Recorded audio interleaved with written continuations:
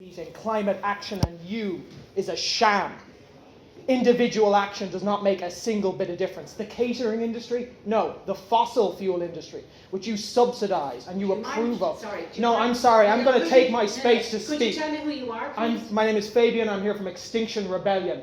Richard, I believe we have actually met before. No, sorry, I'm going to actually speak now. No, sorry, this is my space to speak. No, this is my meeting, actually. Yeah, it is. And you are failing in your climate targets. This is a howl of rage. This is not to do with... Could I get somebody if we were talking about potholes in the community, I might be a bit more civil. We are talking about the continuation of civilization. Would you mind leaving, please? No, well, you're this asking is me my to... meeting. Yeah, it's your meeting. You're going to be my representative. If you vote for me, wonderful. If you don't, I won't be your rep. Could you mind leave?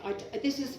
Other people here want to ask the minister. And I will allow them their democratic... But I won't allow you to take over my meeting. I'm going to stop speaking in a couple of minutes and then I will take my space. I would ask Richard, I would please you remember me blocking your car outside the Gibson Hotel. The reason I did block your car is because you would not take Shannon LNG terminal off the European project. Yeah. Please, could you? That's please, fair. No, please. I will allow people to. You're not fair to me. This is my meeting. I have no reason to be fair to you. You are selling away my future. This is more than standard politics. Leave my meeting. Yeah. Please leave my meeting. I have a question that I really want to put. And you will do. No. I am almost finished. Minister, I was just saying. Would you allow me to say one sentence more? Okay, one sentence anyway. My sentence to you, Richard Bruton, is that Shannon LNG and Cork LNG terminal will not happen. Okay. You can mark my words. Minister, I was just going to ask one of the questions. Yeah, no, I'm actually expressing my difference. He's on his way out. Minister, I was just going to ask a question. Okay. Well, listen, I apologise for disrupting your meeting, everybody, but you have to understand this is more than civics. Just a question I was going to ask you, really. Sure I will, yeah, I just wanted to draw them out. Act now. History has its eyes on us, and you all know this. You are not a stupid man, Richard, and you know this. You understand? Just the question I was going to pose, really. Could we, Tom is going to ask a question. Could we give the floor to Tom? Thank you. I'm really sorry, trying to be through there, but I actually love his passion. I'm sorry the way he addresses the situation, unfortunately. I think they could be a lot more influential if they put their position in a much more civilized way and respect those persons who are also trying to work with climate change. The question really that I was thinking about was a very global one. You mentioned our collaboration, particularly with our EU partners and the ambition that we have. I think it would be useful, and how would you think about this, that we try to have a kind of a national political platform where there's agreement that people don't make political agenda from the climate change, and that we have a unity of purpose where we can agree in it. Sorry, thank you. So that is true. I think public transport is correct. The only one thing I would say, and people have said, why are we focusing on electric vehicles and not just on public transport? We are putting 9 billion into public transport, but the difficulty is we have is over almost 95% of the journey kilometres that occur in this country happen in private vehicles. And it's very hard to replace that 95%. Even if we doubled our public transport, you go from 5 to 10, you still have 90%. A lot of those are runs that are, they're very difficult to serve by public transport. So we do have to make sure that we get a lot of that fossil free. We have to move away from the dependence on fossil in our heating and our transport systems. And that can't be done by public transport alone. And sorry, just when I asked about the dairy herd, we have not introduced a target on the dairy herd. The dairy herd is, I suppose what we will have to do is adopt. The Climate Advisory Council have said, by 2050 we need to adopt a reduction of biogenic methane of between 24 and 47%. So that is that will be the guiding target that we will be working to, and we'll be devising agricultural policy around those targets. My name is Richard. I have a question. It's in relation to the data centres in Ireland. At the moment, there's 51 data centres in Ireland, the likes of Google and Apple, and it's supposed to be another 31 centres built within the next 7 years at an estimated cost of up to €9 billion. And it is believed when they're finished by 2027 that they will be taking a minimum of 30% of the electricity produced in Ireland to keep all those data centres cool.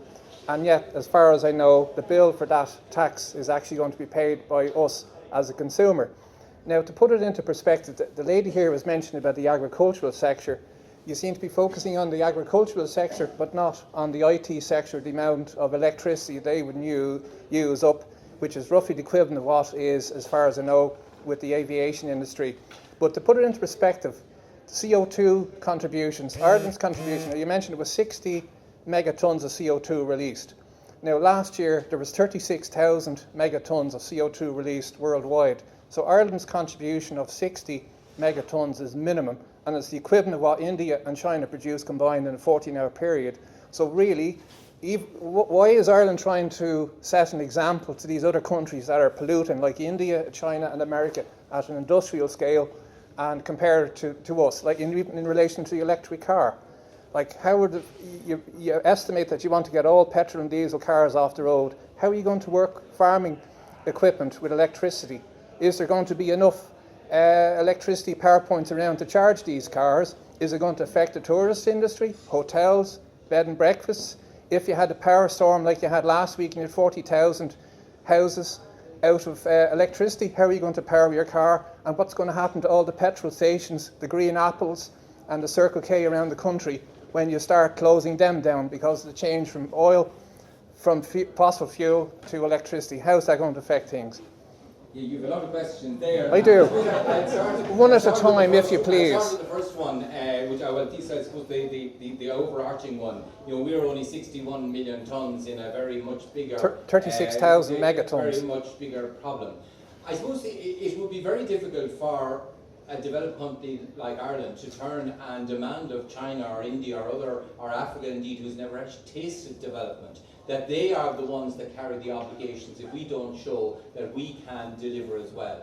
The reality is Europe has set a net zero target by 2050, and we need to that's the context against which we need to measure our performance. So I think, yes, it's true that some countries haven't yet signed up to the UN conventions, the Paris Agreement, but I think Europe needs to show leadership and bring other countries with us. And I think there will be, and we've seen young people taking to the streets. That's not going to be just confined to Western countries. You are going to see the same demand from the next generation of those other political leaders. And if we show and build that momentum, I think we can influence that.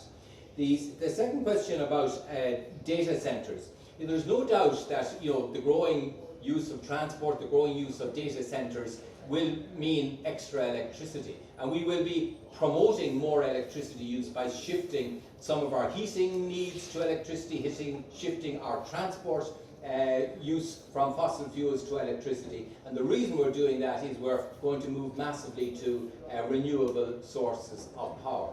Ireland is uniquely well placed to develop renewable, particularly from our offshore assets. And I think we need to accelerate the growth of renewable energy offshore.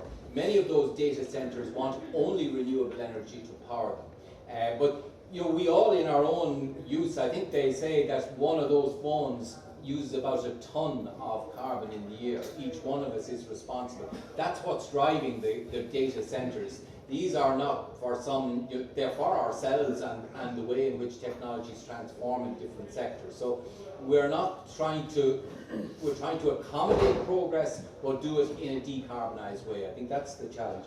You're right too about heavy vehicles will not be, electric power won't be the solution for heavier vehicles. And I think there we will be looking to either hydrogen or biomethane or some of these other technologies. They are not mature at this point. Hydrogen is relatively mature, but it would be a long way before you'd see it adopted on any significant scale. Okay. Electrifying the lighter fleet is going to be the most cost-effective way to significantly reduce our reliance on fossil fuels in the transport sector. But there are other challenges, and as we go to net zero, those will become more acute.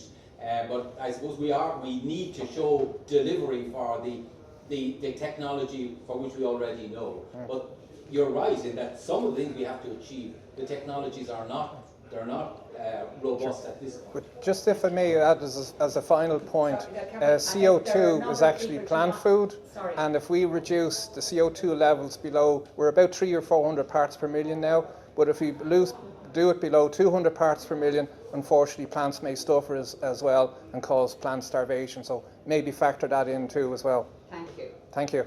Gentlemen. Yeah. Thank you. Yeah, of course you can. Can I have your name? Sorry, Shane. Shane. I suppose my question is, how can we expect